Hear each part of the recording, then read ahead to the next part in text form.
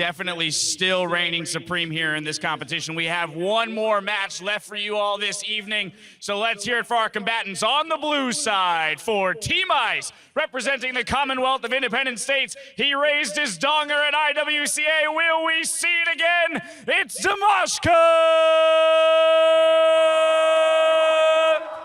And his opponent on the red side for Team Fire, the League of Legends Master Series with the most assists in summer 2015. But today he's looking for the kill. It's Olleh!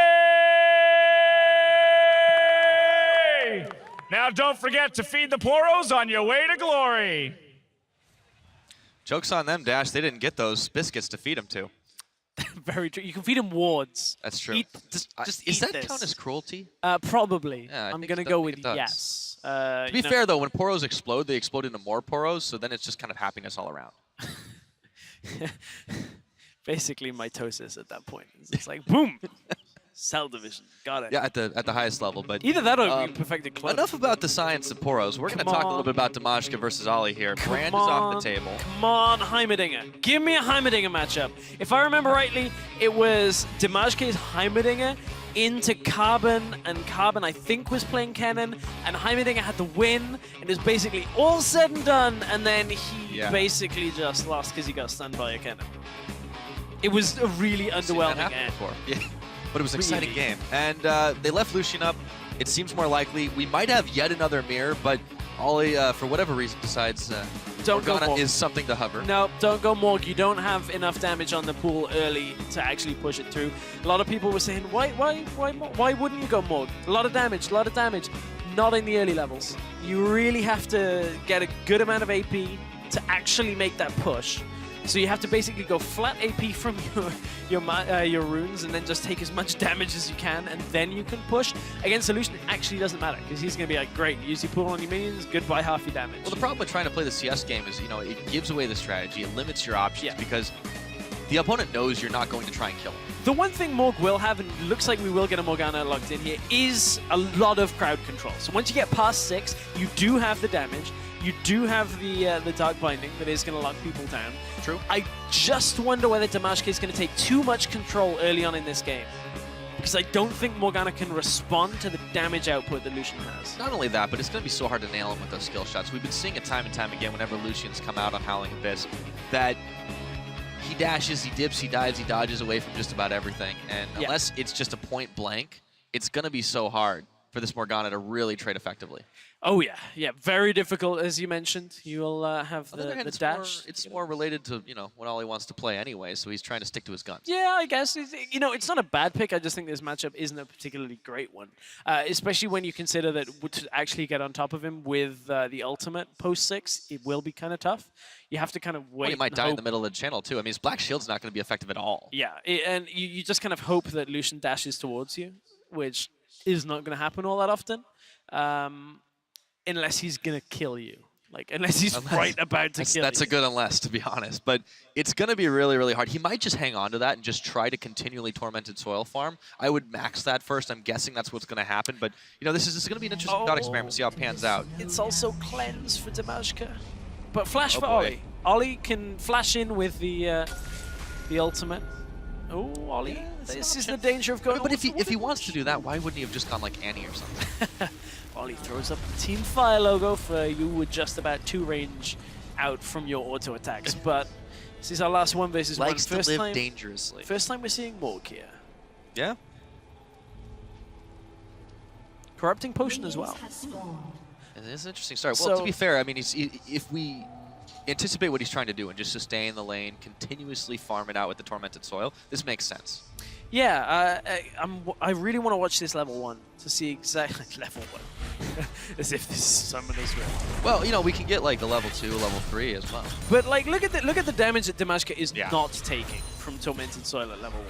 All of it, you mean? Now he has the push because he's already 2 minions up, and now Dimajke just changed the Piercing Light onto the 3 of them, gets the whole wave, and now Olleh is not going to be able to match that level 2. I think the tower is probably going to kill the last minion right as the wave hits, so he should be okay, but the Dimajke continues to damage down onto that front row of minions. Yeah. Olleh's starting to chase a little bit. He actually does trade decently with the auto attacks, but Dimajke is always going to be able to do a little bit better than that. Dashes forward, relentless pursuit at level 2. Olleh's zoned off.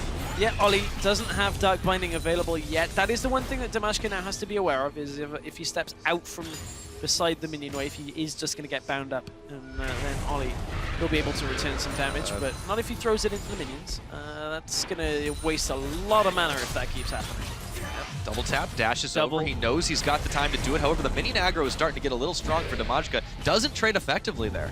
Yeah, not an effective trade at all. And you know, Dimajke with the Grasp of the Undying is going to be happy to just take these trades because Olleh is not going to have the sustain. The Corrupting Potion has no charges left. So pretty much done with that first buy on the potion. Dimajke is lower on the health, though. He's still got his biscuit, though. That's the other scary thing about this. And now if Dimajke can go forward, he's going to look for it. Olleh, no! He's able to secure it. And he gets Dimajke dark bound for his trouble, too. Yeah, you can see, though, Dimajke and Olleh right now trading just back and forth on the damage. Olleh is really bound by his mana. That is one of the biggest problems now. He's completely out, so cannot really answer this. Look at it, only 9 CS to the 22 now of Dimajke. Dimajke seems to have been training with Kira on this 1 versus 1 scenario. Make sure they get as many players into the second round as they can. They already have 2 for the CIS team. Well, if there'd be a third one off this one, I mean, very good showing for the CIS so far at the 1v1 tournament. Been impressed. It would be. It would be a very, very good showing. I think they may actually have more players through than any other region. I'd have to double check that. Well, and you know, it's almost guaranteed because we've got two Koreans going up against each other tomorrow, obviously. Yeah. This is very impressive. Yeah, I think, is it Korea that would have 3 players through? Yeah. I actually think they only have 2. They only have 2. It's just Prey and Mad Life because Faker got beat. How about LPL? Uzi's through? Koros through, and Rookie.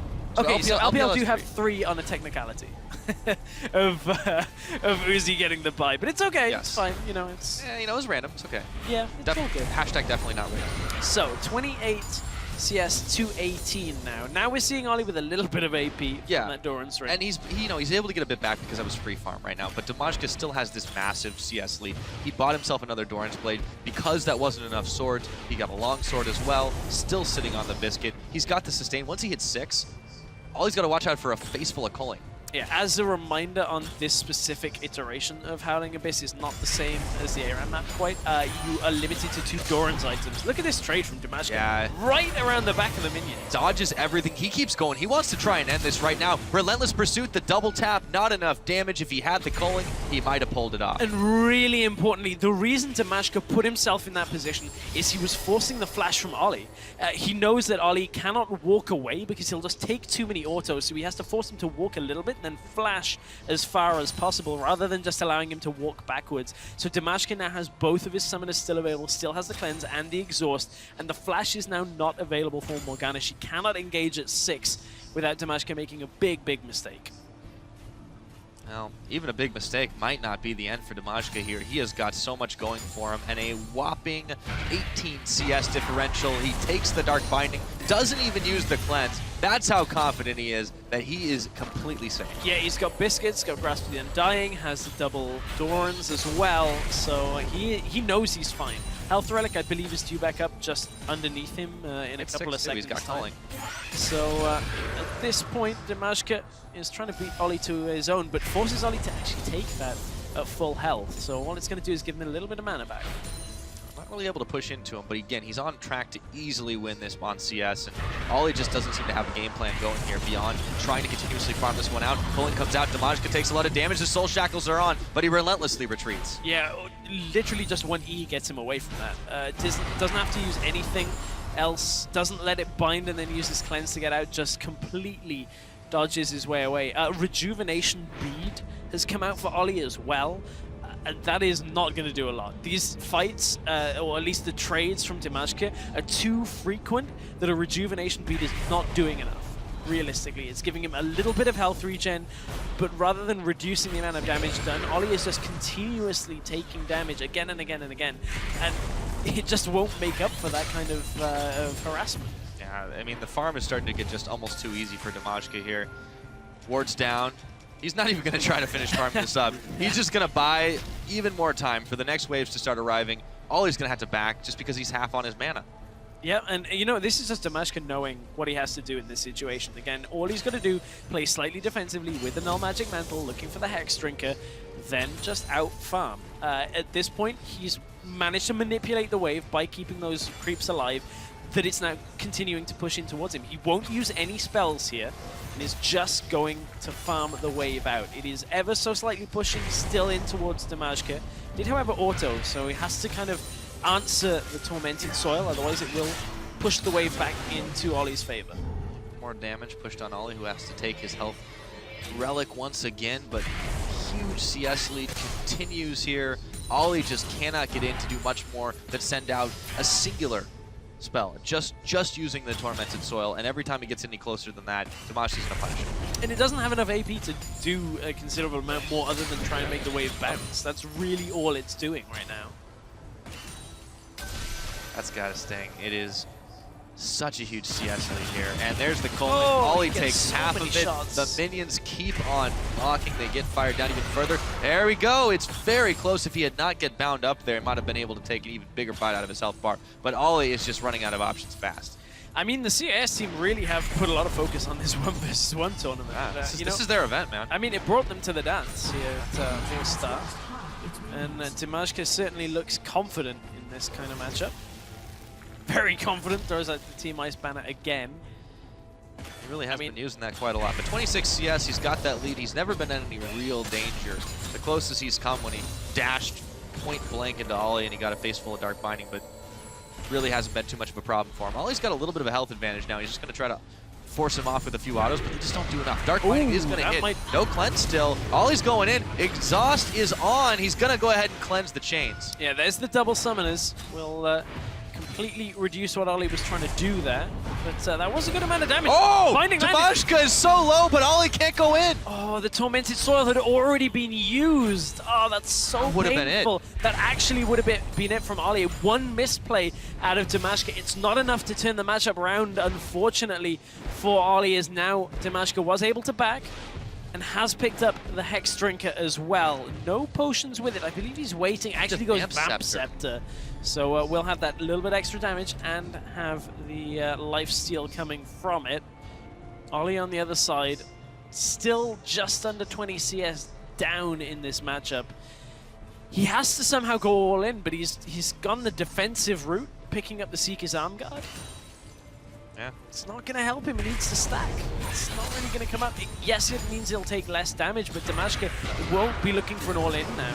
No, he doesn't need to anymore. He only needs 17 CS, but if he gets an opening, he might that. just do it. Goes on forward. He's standing in the soil. He doesn't care at all. Olleh takes a ton of damage off the back of the culling.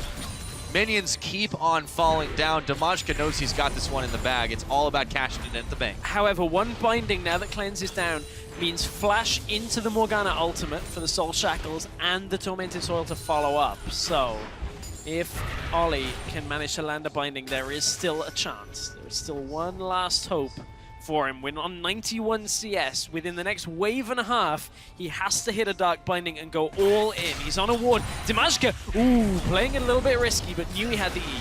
Close to the vest there. Dimajke returns fire, and Olleh is still forced back. Has to wait for the Dark Bind to come back off cooldown, but he is running out of options. 3 CS is all that separates Dimajke for another CIS win for Team Ice. Olleh is going for it. The back's going. He's playing with them. He didn't send it out. Didn't have the confidence, and that might be the end. Yeah, I think that actually is it now, because what happens next is Olleh flash ults onto Dimajke, and Dimajke just focuses the minions. I don't think Olleh has enough damage without Ignite. Here's the flash into the ult. He's gonna manage to land the chains, however, but does he have any return fire damage? Torment's Soil's down. Olleh's tanking minion damage as well. The Hex Drinker pops. He just needs 1, 2, 3. That's all it's gonna be, and the Poros pop. Another win for CIS. Impressive performance in the first round by the CIS team, and they have put themselves 3 members for Team Ice through to the round of 16 just from the CIS region. The 1v1, the wild card.